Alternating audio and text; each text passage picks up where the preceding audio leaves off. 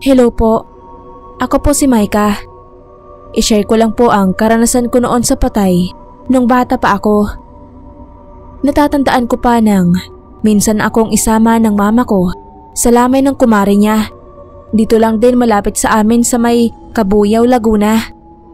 Wala kasi akong kasama sa bahay noon dahil nag-iisang anak lang ako nung panahon na yon at si Papa naman ay nakadestino sa Batangas. Nang makarating kami sa bahay ng kumare ni Mama, ay umupo muna ako sa gilid dahil maraming bisita ang nandoon. Huling lamay na din kasi, kaya ganon. Sakit-sakit din ang kinamatay ng kumare ni Mama. Masipag din kasi yon sa pagtitinda sa palengke, kaya napapabayaan na ang sarili. Pagdating namin doon, ay sinalubong siya ng iba nilang kumare pa. At mukhang marami pang kakilala si Mama doon kaya naupo muna ako sa isang sulok dahil unang beses ko lang din nakapunta sa isang lamay ng patay noon. Maya-maya pa ay lumapit sa akin ang anak ng kumare ni Mama at binigyan ako ng biskwit at juice. Kinain ko naman agad yun dahil hindi pa ako nakapaghapunan ng oras na yon. Maraming kaibigan din ang kumare ng mama ko, kaya maraming bisita. Makikita din sa paligid ng kabaong niya ang mga naglalakihang bulaklak na bigay ng mga kamag-anak at kaibigan niya. Nakatingin ako sa mga nagsusugal noon nang may mapansin akong babae na nakatingin sa akin. Nakatitig lang talaga siya sa akin at dahil medyo bata pa ako noon ay nakipagtitigan din ako sa kanya. Pero medyo natakot din ako. Kaya tinatawag ko na si Mama. Pero hindi niya ako marinig dahil abala siya sa pakikipagkwentuhan sa mga kaibigan niya na nasa lamay. Nakaupo lang yung babae sa tabi ng kabaong. Medyo maputla ang mukha niya. Inisip ko na lang na baka dahil na din sa puyat kaya ganon ang mukha niya. Nang lumapit na si Mama sa akin, ay sinabi ko ang tungkol sa babae na kanina pa nakatingin sa akin. Pero hindi ako masyadong naintindihan ni Mama dahil maingay ang mga nagsusugal. Inaya naman ako ni Mama na tignan ang kumare niya. Ayoko sana dahil unang beses ko palang sisilip sa patay na hindi ko kamag-anak. Pumayag na rin ako na sumama kay Mama para masilip ang kumare niya. Wala na din naman ang babaeng nakaupo doon kanina na nakatitig sa akin. Nang makalapit kami sa kabaong ng kumare ni Mama, ay tinitigan kong mabuti yon dahil hindi ako pwedeng magkamali. Kahit medyo bata pa ako noon, ay tandang-tanda ko na ang babaeng nakaupo at nakatitig sa akin ay ang babaeng nasa kabaong din na kumare ni Mama. Kinilabutan na ako ng oras na yon dahil nakita ko ulit ang babaeng nakatitig sa akin kanina. Nakatayo naman siya sa may sulok. Kaya tinuro ko yon kay Mama. Pero kahit na anong turo ko sa babae, ay walang makitang babae si Mama sa kahit anumang sulok ng bahay. Kamukhang kamukha ng kumare ni Mama ang babaeng nakatitig sa akin. Nagkatinginan si Mama, pati na ang mga kaibigan niya. Siguro ay naisip nila na nakakakita ako ng kaluluwa. Maya-maya pa ay nagulat na lang ako nang bigla akong lawayan ng kaibigan ni Mama sa tiyan ko. Hindi ko alam para saan din yun. Pagkatapos nun ay nag-aya na akong umuwi dahil natatakot na talaga ako. Pagdating namin ni Mama sa bahay ay tinanong ko siya kung kapatid ba ng kumare niya ang nakita ko at tinuro ko sa kanya. Pero tinatanggi pa din yon ni Mama na wala talaga siyang nakita. Kinabukasan nun ay nilagnat ako at giniginaw, kaya pinampunta muna ako ni Mama sa lolo ko na isang albularyo. Nakita nga sa tawas na nausog daw ako ng patay at ang nagpakita daw sa akin sa lamay ay ang kaluluwa ng kumare ni Mama. Kaya ang sabi ng lolo ko ay tirikan na lang daw ng mama ko ng kandila ang kumare niya sa may puntod nito at ibulong na pagalingin na ako sa lagnat ko. Kaya iniwan muna ako ng mama ko sa tita ko at nakipaglibing siya sa kumare. At pagkatapos doon ay tinirikan niya ng kandila at binulungan niya. Kinagabihan ay umayos na ang pakiramdam ko at nawala na rin ang lagnat ko. Siguro nga ay totoong nausog lang ako ng patay dahil unang beses ko palang nakapunta sa lamay.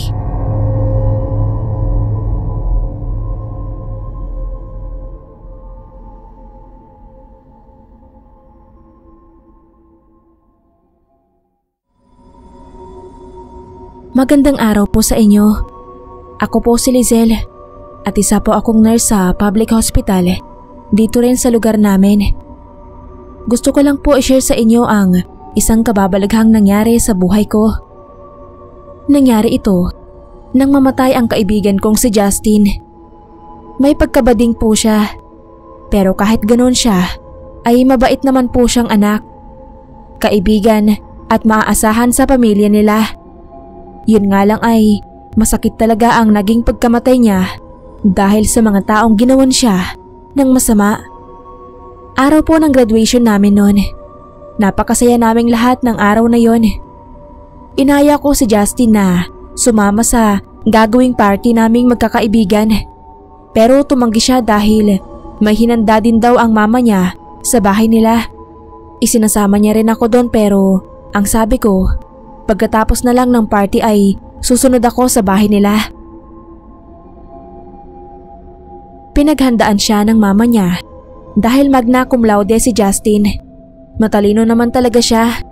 Pero hindi na nakauwi noon si Justin sa bahay nila dahil sa di kalayuan mula sa school ay nabangga ang sinasakyan na motor ni Justin ng isang SUV. Ang kwento ng nakakita ay humaharurot daw ang nakasalubong na sasakyan ni Justin, kaya tumilapon daw ang kaibigan ko. Paglabas namin ng school ay naabutan namin na sinasakay na sa ambulansya si Justin. Nanginginig ang katawan ko ng oras na yon nang makita ko na warak ang motor ng kaibigan ko. Sumunod agad kami sa ospital ng mga classmate ko. Parang lumabas pa na si Justin ang may kasalanan.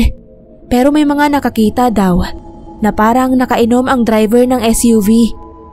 Dahil na din siguro sa may pera at isang taong may katungkulan sa munisipyo, kaya nabayaran ang mga pulis na nag-imbestiga at nakalabas din ng kulungan ng driver ng SUV.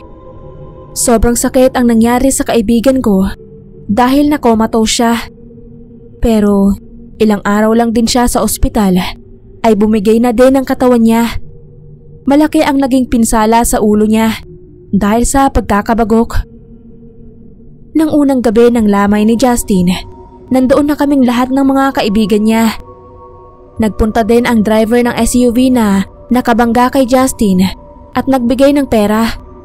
Pero hindi iyon tinanggap ng mama ni Justin at halos mahimatay na sa galit ang mama niya.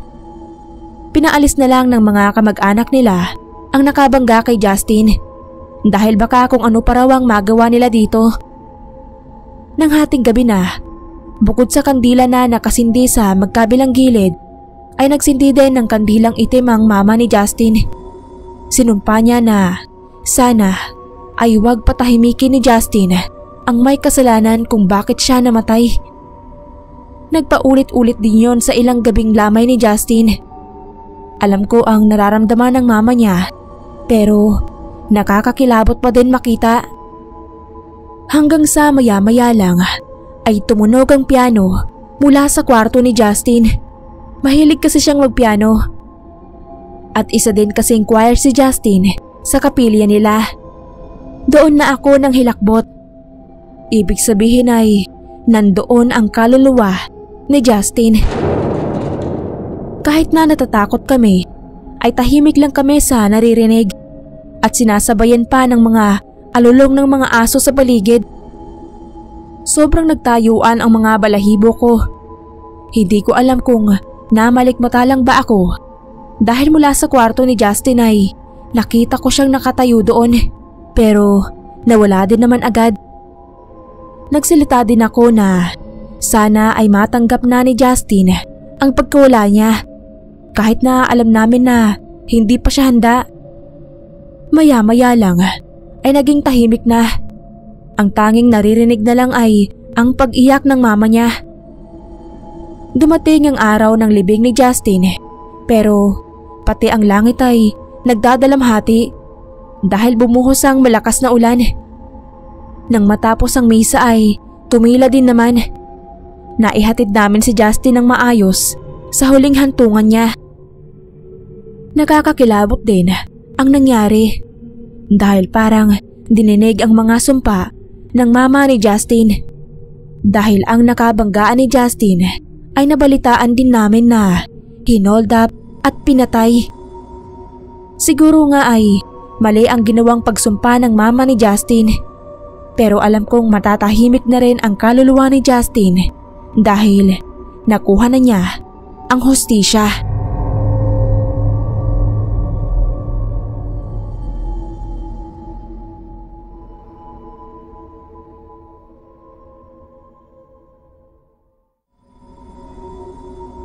Ako po si Faye, taga rito sa Romblon.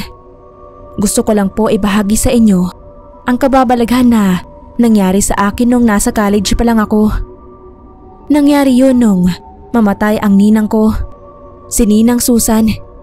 Kalapit bahay lang namin sila Ninang Susan at kalaro ko din ang mga anak niya nung bata pa ako. Kaya hindi na din sila iba sa amin nila mama. Hiwalay na sa asawa si Ninang Susan nang nasa elementary pa lang ang mga anak niya. Nag-abroad kasi ang asawa niya at nagkaroon ng ibang babae kaya hindi na sila binalikan. Maayos ang buhay nila noon bago nga nagloko ang asawa niya. Kaya siya na lang ang tumayong magulang sa 3 anak niya at naghanap buhay sa palengke para sa kanila. At hanggang sa mawala si Ninang Susan ay hindi na rin nagpakita sa kanya ang asawa niya. Masipag si Ninang Susan. Madaling araw pa lang ay nasa palengke na siya para magbenta ng mga gulay na inani nila. Hanggang sa magkasakit siya. Lumaki ang tiyan ni Ninang Susan noon kaya dinala nila sa ospital sa tulong din nila mama. Wala din kasing naipon na pera si Ninang Susan dahil nag-aaral pa din ang mga anak niya noong panahon na yon. Ilang araw lang sa ospital ang ninang ko at inuwi din nila. Wala na rin kasi silang ibabayad doon at marami pa din daw gagawing test dahil hindi matukoy ang sakit niya.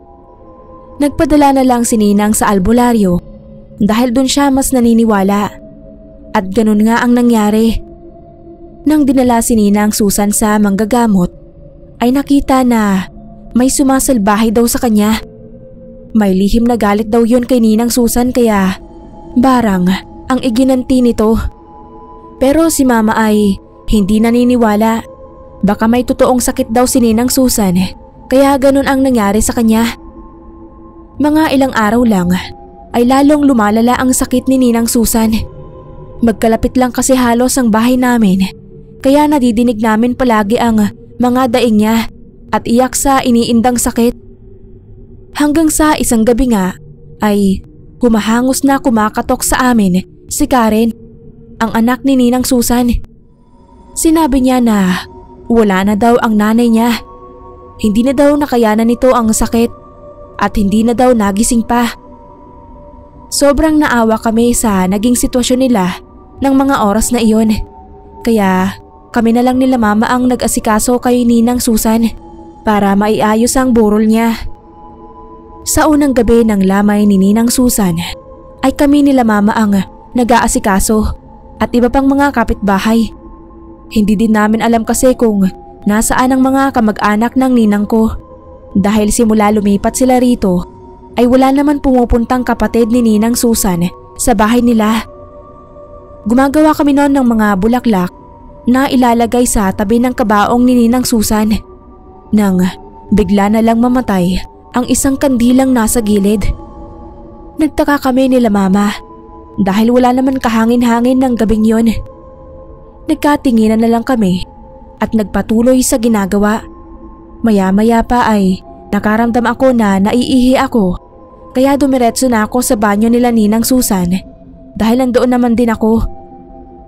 Nang pagpasok ko sa banyo ay nakaramdam ako ng malamig na hangin na dumampi sa braso ko. Hindi ko rin alam kung bakit nagtayuan ang balahibo ko. Kaya binilisan ko na lang ang pag-ihi at lumabas na ako ng banyo. Pero nang napadaan ako sa kwarto nila Ninang Susan ay nanlaki ang ulo ko nang may nakita akong babaeng nakaputi na nakaupo sa may papag nila at nakatalikod. Ang mas nakakatakot ay narinig ko rin ang pag-iyak niya. Katulad ng pag-iyak niya nung nabubuhay pa siya at iniinda niya ang sakit niya. Kaya alam kong si Ninang Susan yon dahil kilala ko din ang bulto ng katawan niya. Kaya halos madulas ako na tumakbo palabas kina Mama at sinabi ko sa kanya ang nakita ko. Ang sabi ni Mama, minsan ay natural lang daw ang mga ganong pagkakataon dahil hindi pa alam ng ibang kaluluwa na sila ay patay na. Pero syempre, hindi mo din maiwasan na hindi matakot kapag nakakita ka ng ganon. Nailibing na din ng maayos si Ninang Susan at ang 3 anak niya ay tinutulungan na rin nila Mama hanggang sa makapagtrabaho na sila at magkaroon na rin ng sariling pamilya.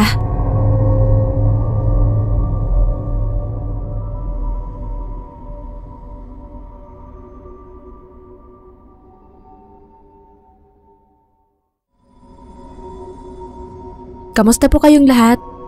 Ako po si Mary. Nag-aaral ako dito sa Manila. At dito na rin ako nakahanap ng dorm na mauupahan dahil taga Lucena po ako. Nangyari ang kwento ko sa lugar namin sa Quezon. Taong 2021 nang mamatay ang kababata ni Mama na si Tita Lenny. Nasa high school lang ako noon. Si Tita Lenny daw ang palaging kasama ni Mama sa mga problema niya. Kahit mga panahong teenager pa lang sila at hanggang sa nagkaroon na sila ng sariling pamilya ay palagi pa rin siyang karamay sa mga problema ni Tita Lenny. Kinuha din siyang ninang sa ate ko kaya hindi siya makapaniwala na maagang mawawala si Tita Lenny. Namatay si Tita Lenny dahil sa aksidente. Nasagasaan siya ng humaharurot na truck habang patawid ng kalsada papuntang palengke. Ang sabi daw, nakagamit ng drugs ang driver ng truck kaya ganun na lang ang nangyari. Sobra ang galit ni Mama at ng pamilya ni Tita Lenny nang mangyari ang aksidente. Lalo pa, maliit pa rin ang naulilang anak ni Tita Lenny noon. Nakulong din agad ang driver ng truck dahil napatunayan na nakagamit siya ng ipinagbabawal na gamot. Unang gabi ng lamay ni Tita, kaming dalawa ng ate ko ay sinama ni Mama doon para makiramay at tumulong na rin si Mama na mag-ayos ng mga pagkain na ibibigay sa mga bisita. Kami naman ng ate ko ay naupo muna sa isa sa mga bangko na may lamesa. Kahit unang lamay pa lang ni Tita Lenny ay marami ng tao. Marami din kasing kaibigan ng pamilya nila. Habang busy ang ate ko sa pakikipagkwentuhan sa mga kakilala niya doon sa lamay, ay lumapit ako sa kabaong ni Tita Lenny para tignan siya. Dahil hindi na din iba sa akin si Tita Lenny, mabait din siya talaga sa amin at kapag Pasko ay may regalo din siya sa akin. Kahit si ate lang ang inaanak niya. Habang hinahaplos ko ang salamin ng kabaong ni Tita Lenny, ay nag-iba ang pakiramdam ko. Parang may humaplos na malamig na hangin sa kamay ko at biglang nagtayuan ang mga balahibo ko. Kaya nagmadali na akong bumalik sa upuan at lalo akong namutla sa takot nang makita ko ng ilang segundo si Tita Lenny sa tabi ng kabaong niya na nakangiti. Hindi ko na pinahalata yun kay ate hanggang sa lumapit na din si Mama at inaya na kaming umuwi dahil may pasok rin kami kinabukasan. Hindi ko na din sinabi pa kina Mama yon hanggang sa makauwi na kami ng bahay at kumain lang saglit at pumasok na ako sa kwarto para matulog. Hindi ko namalayan na nanaginip na pala ako. Nasa isang abandonadong garahe daw ako noon na puro sirang sasakyan ang nakalagay. Walang katao-tao sa paligid. Nang bigla na lang lumitaw sa harapan ko si Tita Leni. Tinanong ko pa noon siya kung anong nangyari sa kanya dahil puro dugo ang damit niya at ang muka, pero hindi siya nagsasalita. Maya-maya pa ay bigla siyang nawala sa harapan ko at tinawag ko siya ng paulit-ulit. Nakita ko si Tita Leni sa harapan ng isang sirang truck at nakatingin siya sa akin. Nagsalita siya na tulungan ko raw siya. Pero nang akmang hahawakan ko na siya, ay tumagos ang kamay ko sa braso niya. Saka ko lang naisip na patay na nga pala si Tita Leni. Pero paulit-ulit niya pa din na sinasabi na tulungan siya. Hanggang sa nagising na lang ako na may luha sa gilid ng mga mata ko. Hindi ko alam pero parang naawa ako kay tita dahil sa nangyari sa kanya. Kinuwento ko iyon kay mama, pati na rin nang makita ko si Tita Leni sa lamay niya. Ang sabi ni mama, kapag ganun daw ay hindi pa din natanggap ng isang patay na nawala na siya sa mundo. Lalo na at biglaan ang pagkamatay nito. Kaya nang bumalik kami ng huling lamay ni Tita Leni, ay binulungan ko siya na sana ay matanggap na niya ang pagkawala niya sa mundo at para makaakyat na din siya sa langit ng maayos. 3 taon na din simula nang mawala si Tita Leni, pero hanggang ngayon ay masakit pa rin kay mama at sa pamilya niya ang nangyari.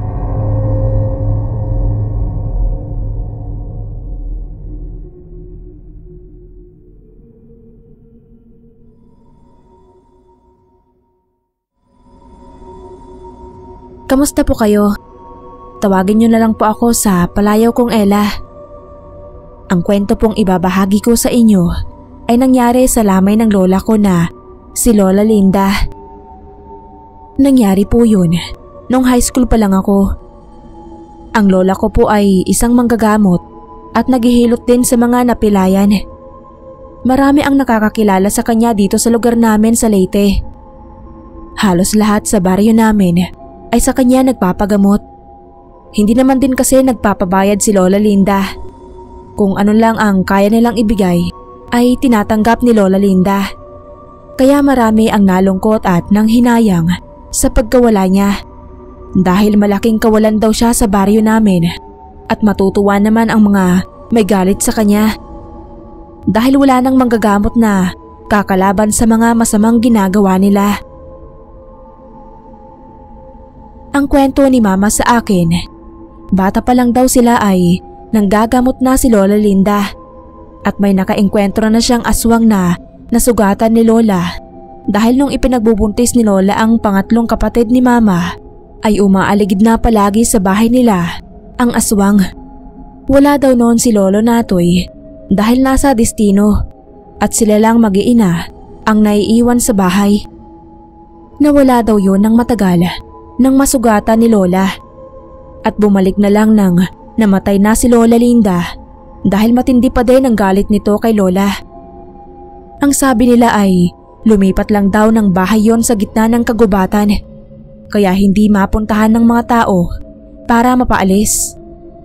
Marami na daw nabiktima yon at tanging si Lola Linda lang ang may lakas ng loob na sakta ng aswang na yon. Ang aswang daw na yon ay isang gabunan. Ang sabi ng pinsan ni Lola, baka nabigyan daw ng aswang ng sakit si Lola Linda kaya bigla na lang nanghina ito.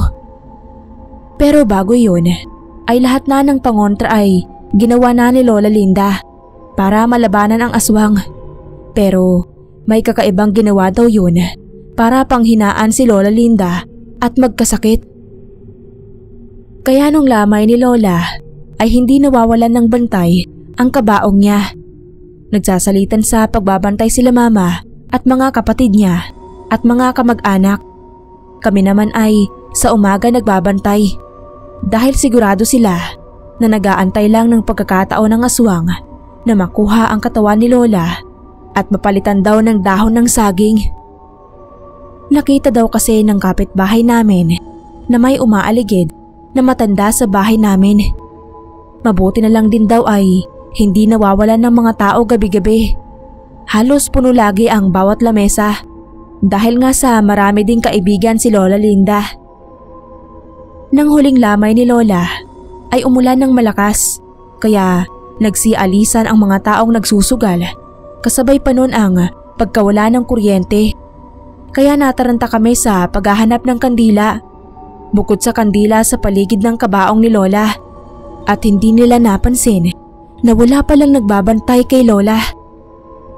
Hanggang sa makita daw ni Mama na may nakatayong matanda sa harap ng kabaong ni Lola. Mahabang puting-puti ang buhok daw nito at pilit na binubuksan daw ang kabaong at hinihila ang kamay ni Lola.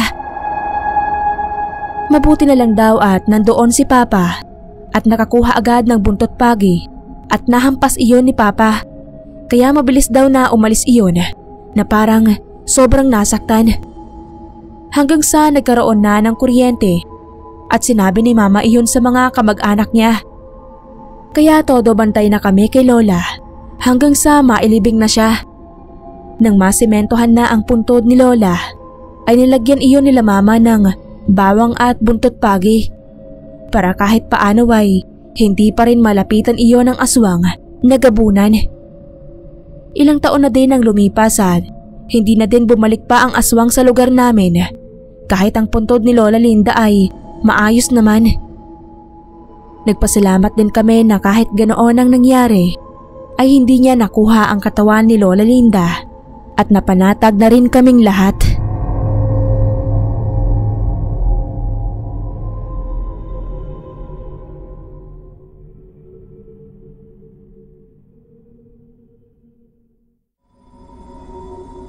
Taong 2009 nang mangyari yung kababalaghang naranasan ko sa isang lamay ng kapitbahay namin.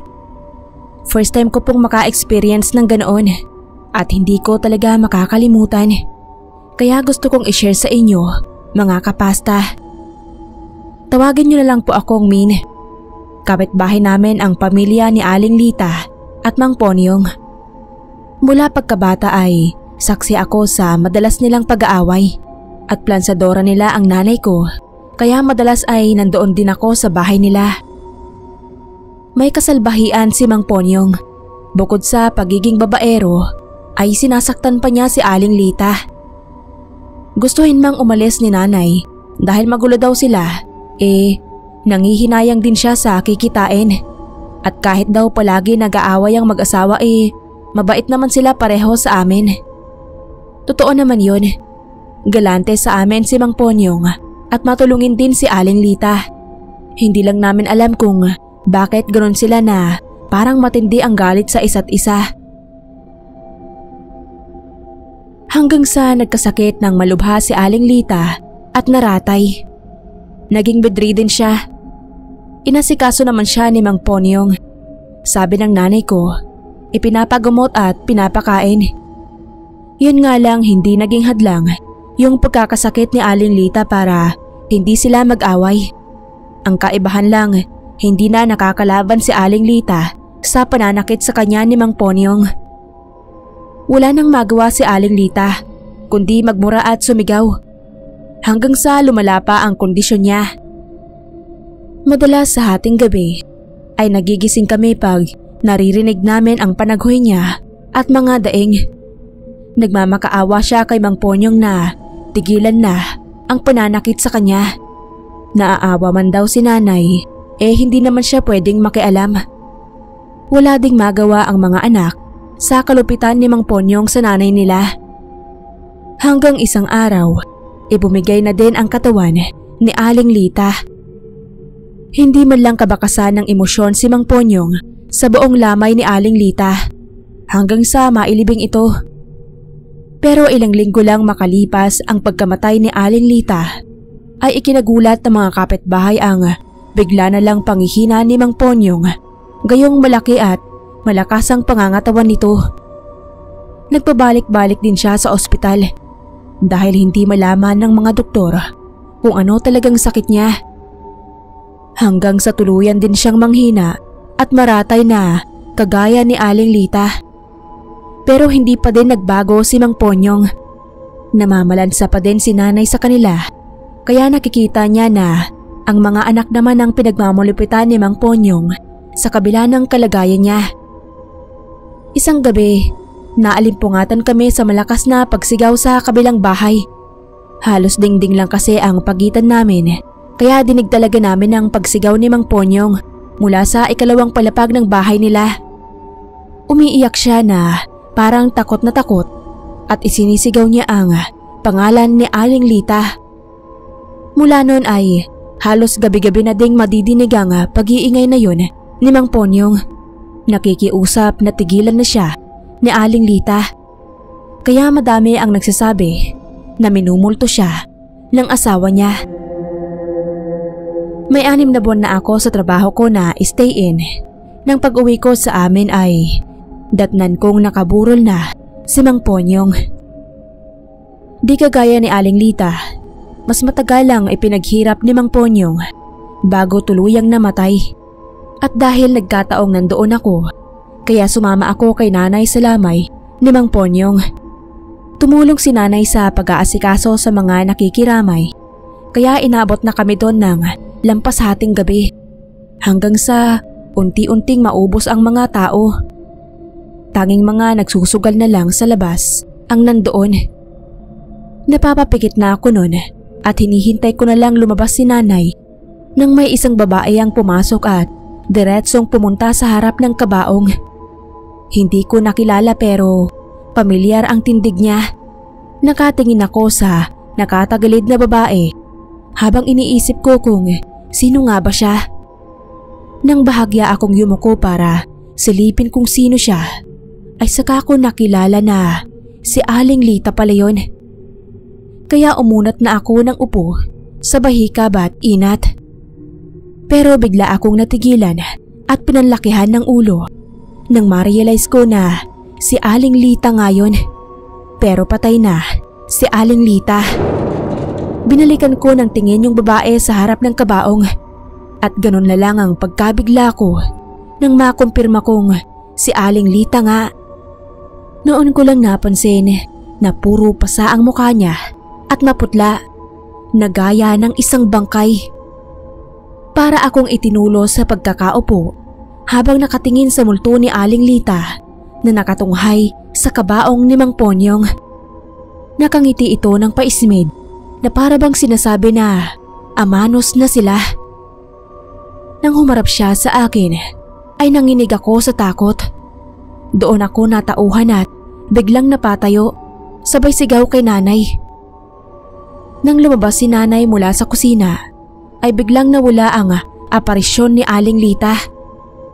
Nailibing na si Mang Ponyong nang mapag-usapan namin ang nangyari at sabi ni nanay na maaring bumalik daw si Aling Lita at hinila ang paa ni Mang Ponyong para hindi na nito mapagmalupitan ang mga anak nila kagaya ng ginagawa sa kanya nito.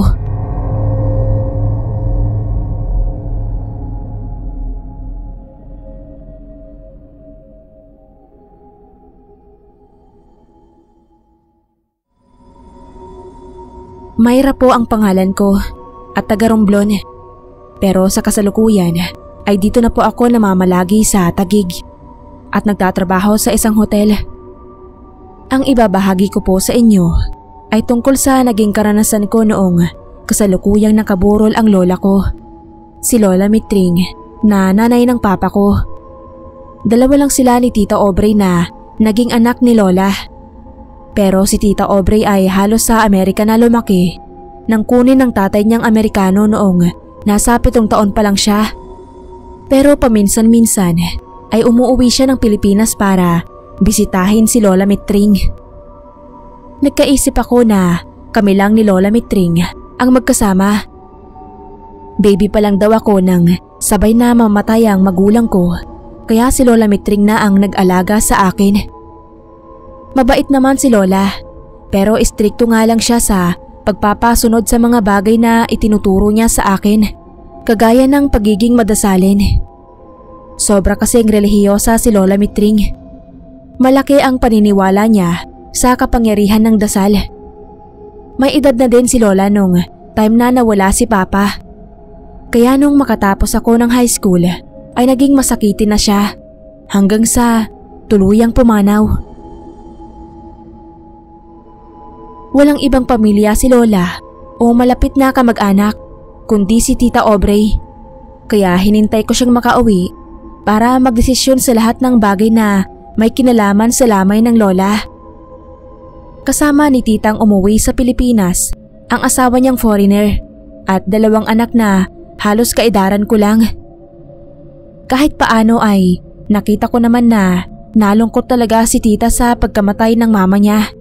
Yun nga lang, dahil hindi naman siya lumaki sa poder ng nanay niya, ay wala siyang gaanong alam tungkol sa ugali at mga paniniwala niya. Gagaya na lang nung sinabi ko sa kanya na kailangan naming padasalan ang lola, yung tinatawag nilang pasyam. Tinutulan iyon ni Tita Aubrey dahil hindi na daw uso yun at hindi na kailangan. Palibhasa ay ibang kultura ang kinalakhan niya kaya hindi ko siya mapilit. At isa pa ay siya ang may karapatang magdesisyon dahil siya ang anak. Nalungkot ako lalo't si Lola ay mandarasal sa patay noong nabubuhay pa. Tapos sarili niyang lamay ay hindi namin mapadasalan. Kaya malamang ay hindi iyon nagustuhan ni Lola. Dahil sa panahon ng paglalamay sa kanya ay sari-saring mga kakatwang bagay ang nangyari. Una, nagpatay sindi ang lahat ng mga ilaw sa buong kabahayan, pati na ang mga ilaw sa paligid ng kabaong ni Lola. Sabi ng mga kapitbahay ay nawalan daw talaga ng power sa pangkalahatan. Pero ang nakakapagtaka, bukod tanging sa bahay lang namin bumalik ang supply ng kuryente. Pero hindi sa mga kapitbahay, gayong iisa lang ang mga linya namin. Sumunod naman, bandang madaling araw, nasa kwarto na at natutulog ang pamilya ni Tita at ako naman ay nasa sopa, di kalayuan sa kabaong ni Lola. Ilang gabi na kasi akong puyat at gusto ko sanang ilatag saglit ang katawan ko, kaya binalak kong umidlip. Pero bigla akong nagulantang sa pagbagsak ng mga koronang bulaklak, gayong wala namang hangin o bagay na nakakapagpatumba doon. May nagsabi na masama daw kasing tulugan ng walang bantay ang patay, kaya siguro daw ay ginising ako ng Lola Metring. May isang beses din, malapit nang maubos yung kandila, pero hindi ko pa pinapalitan. Naalala ko yung pamahiin ni Lola na hindi dapat napuputol ang sindi ng kandila sa patay. Kaya hinagilap ko agad yung kandilang pamalit. Pero laking gulat ko nang pagbalik ko ay may bago ng kandilang nakatulos doon. Walang ibang tao nung mga oras na yon kundi ako, kaya imposibleng may magpapalit ng kandila. Dahil doon ay nakaramdam na ako ng takot, pero hindi ko akalaing may mas matindi pa palang mangyayari doon. Huling lamay na ni Lola Metring. Sa dami ng taong dumalaw at nakiramay ay wala man lang nag-alay ng dasal para kay Lola. Bandang madaling araw uli nun, kami na lang ng Tita Aubrey ang nasa harap ng kabaong ni Lola. Sa wakas ay hindi na niya tinalugan si Lola sa huling gabi nito. Pero nakakaramdam na siya ng antok, kaya pumasok siya sa kusina para magtimpla ng kape namin. Napapapikit din ako noon nang bigla akong makadinig ng mahina at paos na boses na tila nagdadasal. Natigilan ako dahil pamilyar sa akin ang mga salitang binabanggit. At naalala ko na kay Lola ko lang nadinig ang mga salitang yun nung minsang may isang patay siyang dinasalan. Hindi ko agad nagawang dumilat dahil biglang kumabog ang dibdib ko at nagtayuan ang balahibo ko. Nang dahan-dahan akong dumilat ay napasinghap ako nang makita ko si Lola na nakaupo sa tabi ng kabaong niya. Nakabelo, may hawak na rosaryo at nakapikit na bumubulong ng dasal. Natakot ako pero hindi ko magawang gumawa ng eksena. Sa halip ay pumikit ako at umusal ng sarili kong dasal habang nanginginig ang buong katawan ko. Humingi ako ng tawad kay Lola at ipinagdasal ko ang katahimikan ng kaluluwa niya. Maya-maya pagdilat ko ay wala na siya doon. At pagsilip ko sa kabaong niya ay nakangiti na ang mukha niya. Nakamit na niya ang hinihiling na dasal.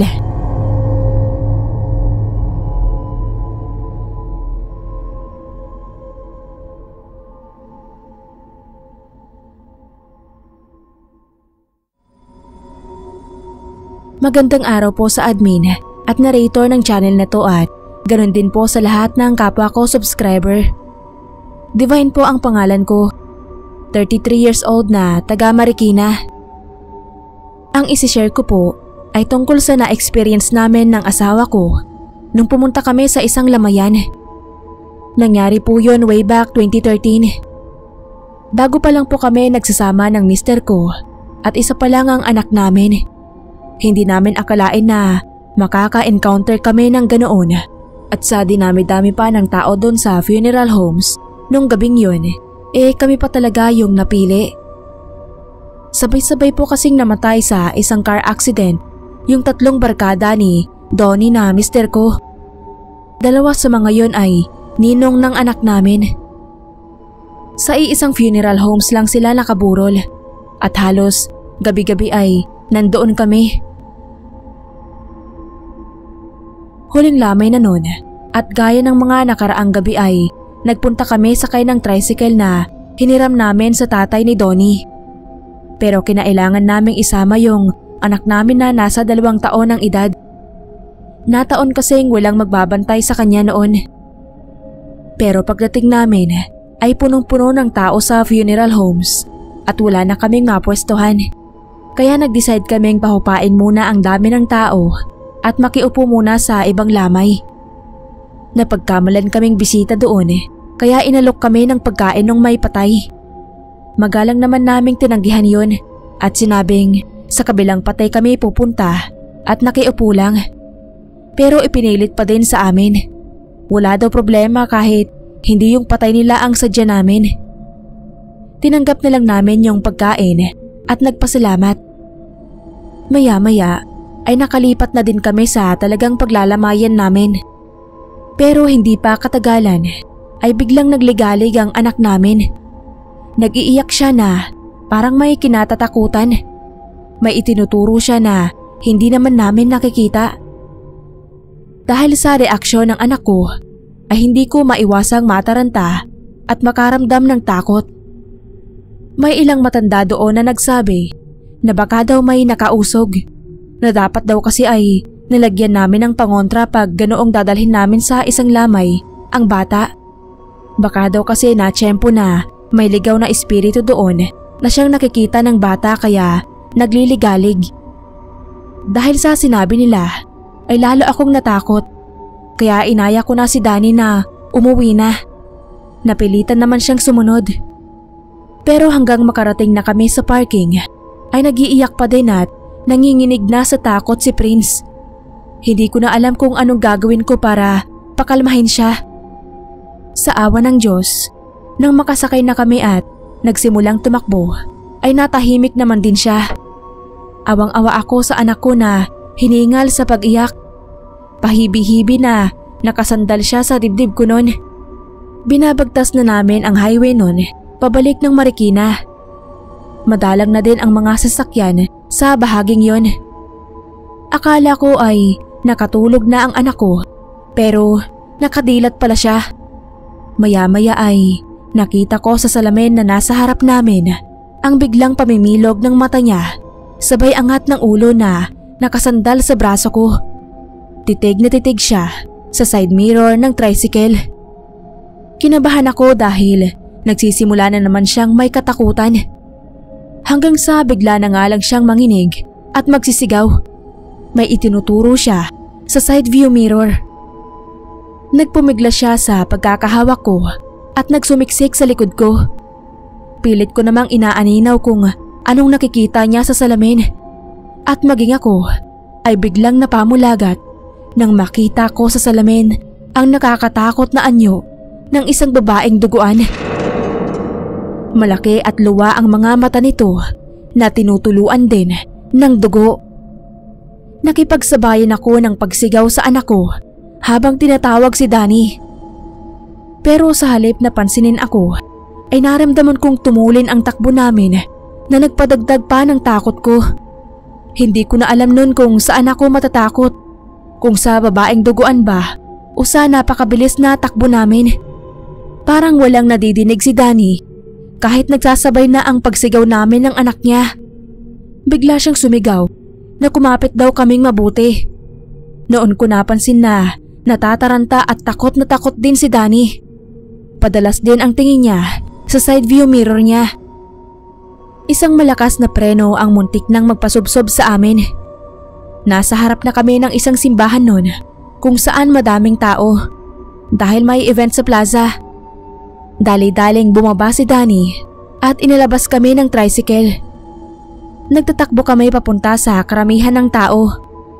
Nakita niya din pala yung multo ng babaeng nakiangkas at sa takot ay nagpanik siya. Kaya nagmatulin siya ng takbo. Shock pa ako noon at hindi halos makapagsalita. Nang lingunin namin yung tricycle ay wala na doon yung multo ng babae na hindi namin alam kung sino at saan galing. Nalaman na lang namin sa isang albularyo nung ipatawas namin si Prince kinabukasan dahil nilagnat siya. Tama yung sabi ng matatanda doon sa lamay na nakatsyempo kami ng espiritong ligaw na sumunod at umangkas pa sa amin. Kung dahil sa mga pagkain galing sa lamay na nakita ko lang sa bulsa ng anak ko, ay hindi ko po alam.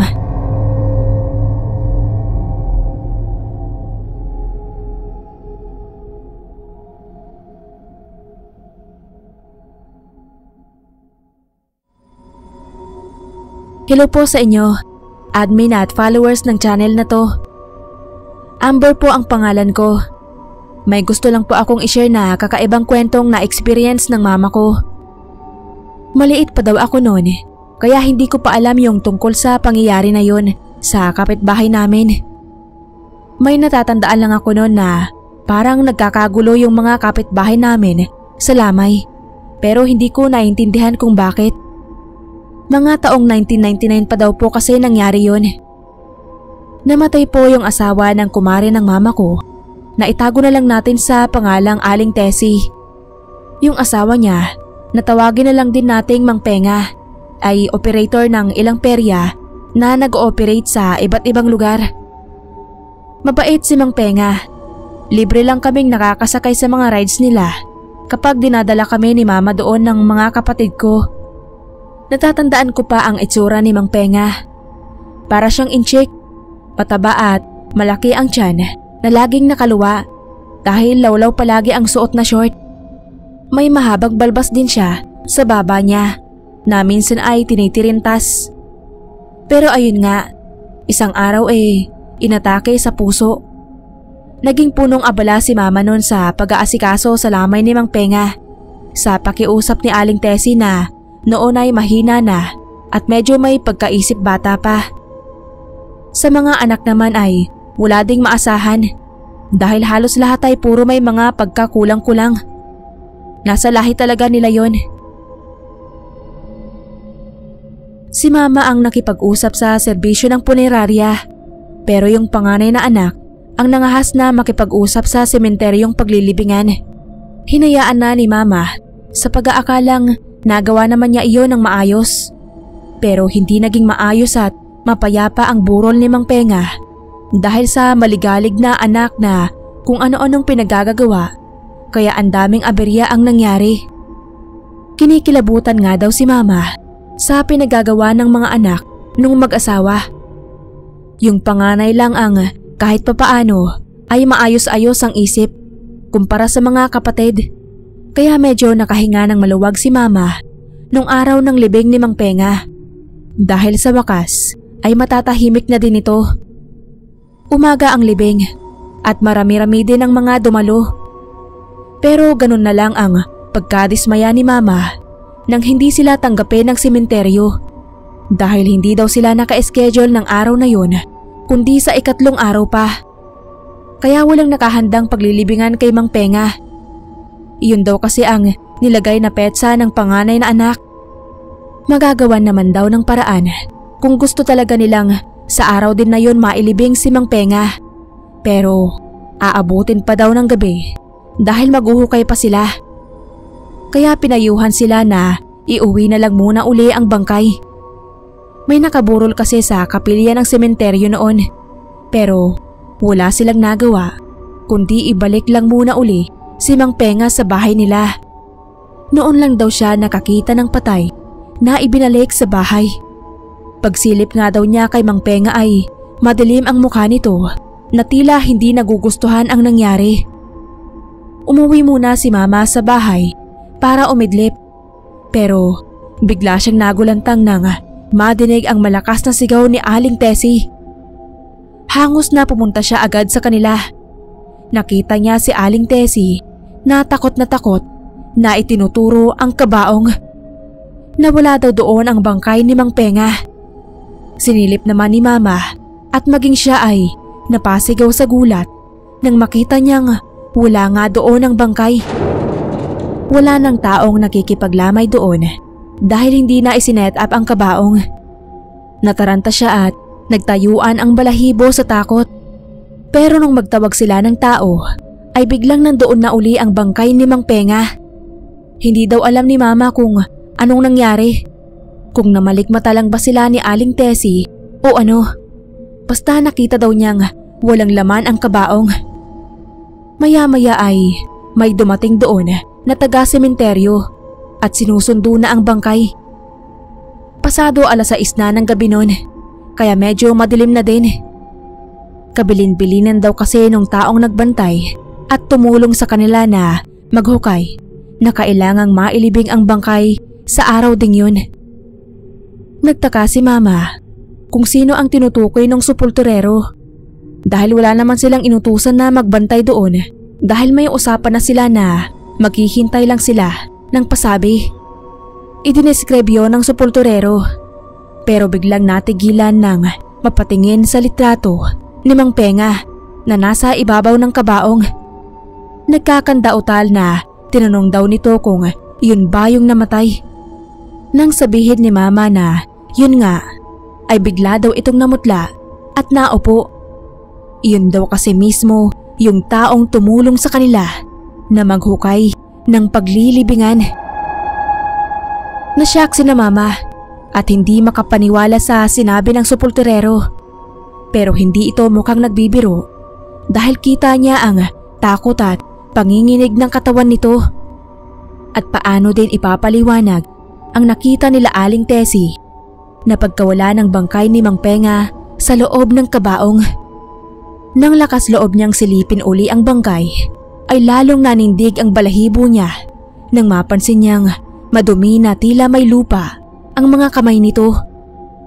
Siguro ay gusto na talagang magpalibing ni Mang Penga para matahimik na siya, kaya tumulong na siya sa paghukay ng sarili niyang libingan.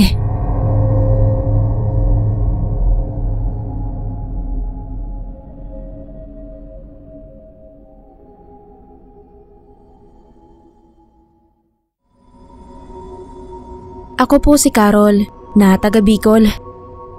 Gusto ko lang pong i-share yung kinuwento sa akin ng ka-roommate ko na makapanindig balahibong karanasan niya sa probinsya ng boyfriend niya.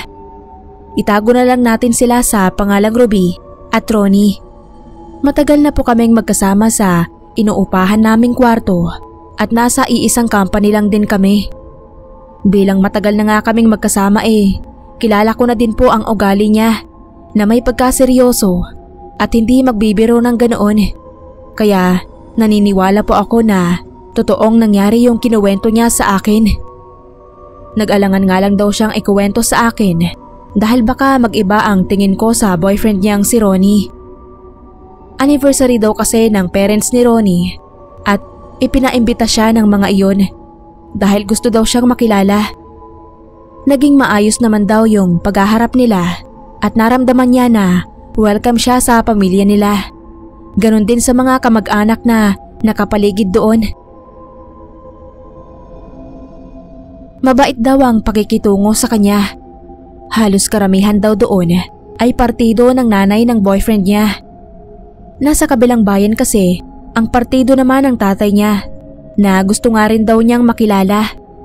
Nahalata niya na parang hindi gusto ni Ronnie yung ideya na ipakilala siya doon, pero ipinilit ng tatay niya.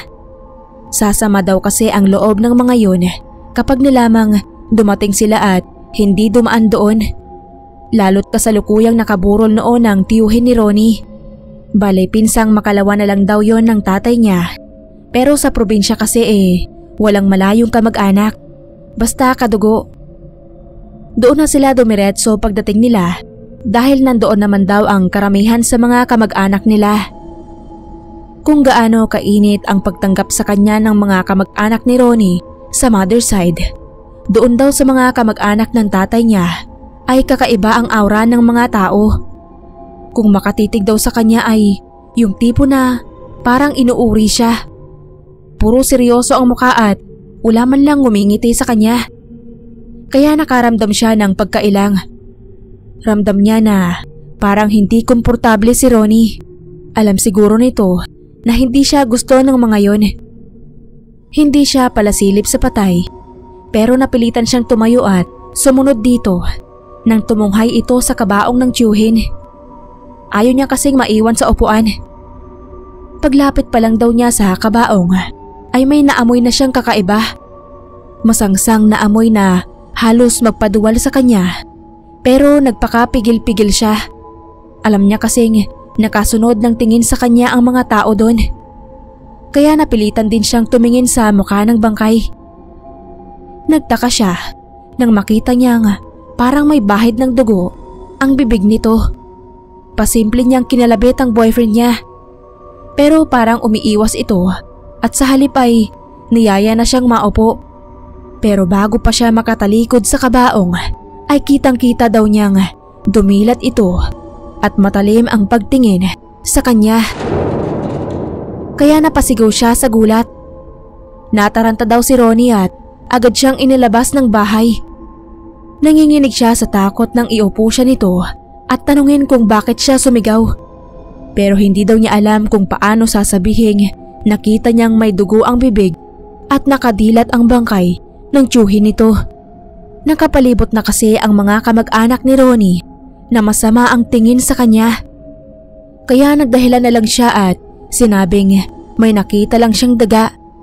Lalo na siyang hindi naging komportable doon. Napansin din niyang mula nang dumating sila ay wala siyang nakitang dumating na ibang tao o kapitbahay para makipaglamay. Malapit nang dumilim, kaya binubulungan niya si Ronnie na umuwi na sila. Ramdam naman niya na kanina pa din gustong umalis ni Ronnie. Pero nahalata yata iyon ng mga pinsan nito, kaya panay ang pigil sa kanila. Hanggang sa inabot na nga sila ng gabi doon. Nag-iiba na din ang pakiramdam niya. Kumakabog ang dibdib niya na hindi niya alam kung bakit. Pinagpapawisan din siya ng malamig. Napansin iyon ni Ronnie, kaya pasimple siyang binulungan nito na gusto na din daw nitong umuwi. Kaya humanda na daw siya at sasalisi sila ng alis. Nang pumasok na nga sa loob ang pinsan ni Ronnie, ay sinabayan nila ng takbo palayo sa bahay na yon. Hindi sila nag-uusap, basta lakad takbo lang sila. Nasa madilim na bahagi sila ng kalsada, pero tanaw na nila ang highway kung saan may mga dumadaang masasakyan nila. Nagulat na lang sila nang biglang may tumawag kay Ronnie. Paglingon nila ay halos mahimatay daw sa takot si Ruby nang makita niya ang bangkay ng tiyuhin ni Ronnie na nakasunod sa kanila. Nanlilisik ang mapapulang mata nito at nakalitaw ang malapangil na ngipin. Isang aswang ang bangkay na tiyuhin ng boyfriend niya. Bigla siyang hinawakan ni Ronnie sa kamay at hinila siya patakbo. Walang patid ang pagsigaw niya habang nananakbo sila patungo sa highway. Nakasunod pa din ang tiyuhin ni Ronnie na hindi sumasayad ang paa sa lupa. Nakarating sila sa highway at nagkataong may tumaang sasakyan ng army at pinasakay sila. Pero nang ituro nila ang humahabol na aswang ay parang bolang naglaho ito sa dilim. Nanginginig pa siya sa takot nang makabalik sa bahay nila Ronnie at doon nila ipinagtapat sa kanya na may lahi nga silang aswang. Pero malayong kamag-anak na daw nila ang mga yun at kaya sila lumayo ay dahil ayaw nilang maging kasapi nila.